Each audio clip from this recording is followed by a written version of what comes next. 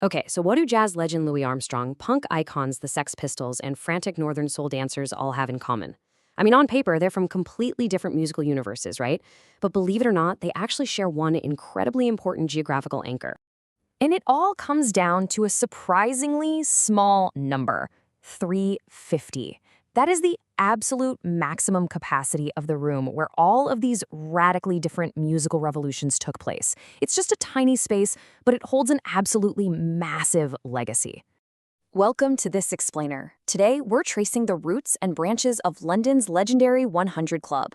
Now, this place holds the remarkable title of being the oldest independent music venue in the world. It's been trading under the exact same name since 1964 and hosting live music since 1942. We're going to look at how this one single room served as the incubator for so many distinct subcultures. And we're really going to focus on its foundational jazz era, which pretty much set the blueprint for the whole shebang. So picture this. You're walking down London's Oxford Street, one of the busiest, most commercial shopping districts on the planet. And hidden right there in plain sight is a rather unassuming doorway. You step inside, walk down these dingy, classic basement stairs, and suddenly you're in this subterranean world. A smoke-filled room with concrete walls that, on a really good night, literally sweat with the energy of the crowd. The cultural weight of this basement is, well, it's almost impossible to overstate. Just listen to how musician Billy Bragg perfectly put it. It was the crucible of trad jazz. In 1976, its storied stage saw British punk rock take its first baby steps. I love this quote because it really captures how the venue evolved, surviving decades of changing tastes by constantly adapting, all while keeping its raw, independent spirit alive. Okay, let's dive right into this with Chapter 1, the Feldman Swing Club.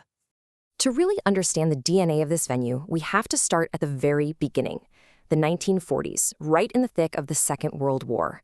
Long before it was known as the 100 Club, this basement was the Feldman Swing Club. And this initial jazz era is absolutely crucial because it laid down the venue's entire blueprint. Back in 1942, it was actually a restaurant called Max. A guy named Robert Feldman rented it out every Sunday evening for literally £4 a night, just so he could host a jazz club for his kids. Actually, his son, Victor Feldman, was just 8 years old at the time, and he was up there playing the drums. Fast forward a bit to 1958, and the Horton family enters the picture when a grandmother becomes a shareholder. By 1964, Roger Horton took over as manager, cementing this incredible family legacy that still runs the club today. Moving on to Chapter 2, Jitterbugs and American GIs. Just imagine the vibe. It's Sunday night, middle of World War II, the room is thick with smoke and high energy. The jazz scene down there was electric, largely thanks to American GIs stationed in the UK who brought their music and their dancing with them. This tiny stage hosted a truly staggering lineup of jazz titans. We're talking Glenn Miller, who actually auditioned that 8-year-old drummer, Victor Feldman, right in that room. Plus legends like Mel Powell, Ray McKinley, Art Pepper, Benny Goodman, and British jazz pioneers like Ronnie Scott. From swing to the lightning-fast rhythms of bebop, this basement was the undisputed epicenter of the UK jazz explosion. But it wasn't just about the famous American stars dropping by. The 100 Club became a vital mecca for black musicians from across the British Empire, too, like Frank Holder and Coleridge Good. This is a massive piece of the jazz era's legacy here. It established the basement from day one as a diverse sanctuary. It was a safe haven for outsiders, for marginalized communities, and for groundbreaking music that polite society wasn't quite ready for. And that open-door vibe? It definitely extended to the dance floor. Those American GIs introduced a frantic, deeply acrobatic dance called the jitterbug. Now, most other music venues in London completely banned the jitterbug. They thought it was too wild, too disruptive. But the Feldman Swing Club, they welcomed it. That early defiance set a permanent rebel precedent for the venue. It was the place you went to let loose. Now, what's really interesting about this next part, Chapter 3, Dropping Jazz to Survive. So as we hit the 1960s, musical tastes in Britain are rapidly shifting. People are getting into rhythm and blues, mod culture, beat groups. The jazz boom is starting to cool off, and suddenly the club is facing a very real threat of going under. So what do? In 1964, they changed their name to simply the 100 Club.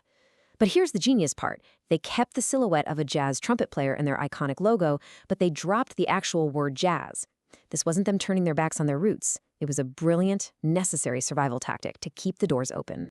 Current owner Jeff Horton completely hits the nail on the head when talking about his dad's decision here. By removing that one word, they removed the genre constraint. Suddenly, they could book the mod stylings of The Who and the Kinks, or the heavy blues of Muddy Waters and B.B. King. It kept the club alive as a fiercely independent space. And the beautiful irony of all this? Dropping the name actually allowed jazz to survive right alongside these new subcultures. Decades later, the venue was still hosting the Coda Club, which was this regular meetup for jazz musicians from that original 40s era.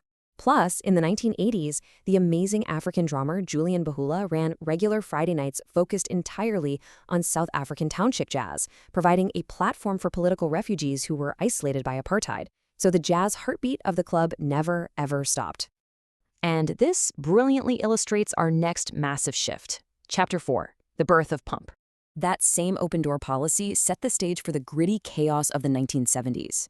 The club hosted a totally historic two-day event in September 1976 called the 100 Club Punk Special. It is honestly mind-blowing to look back and realize that almost every single major pioneer of the UK punk scene played in this tiny room over a 48-hour period. The Sex Pistols, The Clash, The Damned, Susie and the Banshees, and get this, most of them were completely unsigned at the time.